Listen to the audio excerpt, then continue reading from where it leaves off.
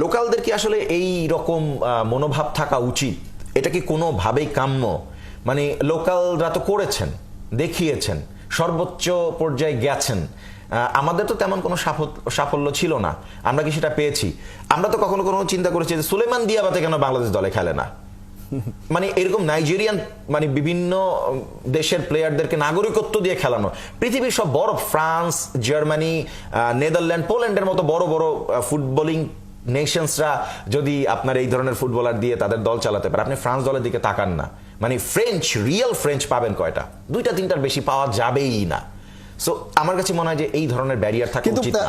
এই বিষয়গুলোর সঙ্গে তো আসলে বাংলাদেশের একটা পার্থক্য রয়েছে। আমরা যদি যারা হচ্ছে যে ইমিগ্রেন্ট ফুটবলার, তারা ফ্রান্সের হয়তোবা বংশোদ্ভূত অন্য কোনো একটা দেশের, সেনেগালিজ হতে পারেন, তারা মালির হতে পারেন, আলজেরিয়ান হতে পারেন। দেখা যাচ্ছে তারা ছোটবেলা থেকেই ওই ফরাসি ফুটবল সিস্টেমের ভেতর দিয়ে বেড়ে উঠেছেন, ফ্রান্সের সিস্টেমে, একাডেমিগুলো থেকেই তারা তৈরি হয়েছেন।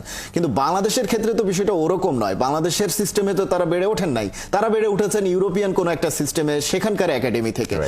তো সেটার সঙ্গে আসলে বাংলাদেশের তুলনা করা যায় কিনা, এরকম একটা আলোচনা রয়েছে। আপনি একটা মাটির মানে টুকরাকে যদি একটা গোলাপ ফুলের সাথে অনেকদিন রাখেন, ওই গোলাপের সুবাস ওই মাটির টুকরাতে ছড়াবে। ভেরি ইম্পর্টেন্ট, আপনি যখন আপনার চেয়ে বেটার কারোর সাথে মিশবেন, আপনার চেয়ে জ্ঞানী কারোর সাথে মিশবেন, আপনার চেয়ে কেপেবল কারোর সাথে মিশবেন, তাহলে আপনার ভেতরে পজিটিভ জিনিস আসবেই।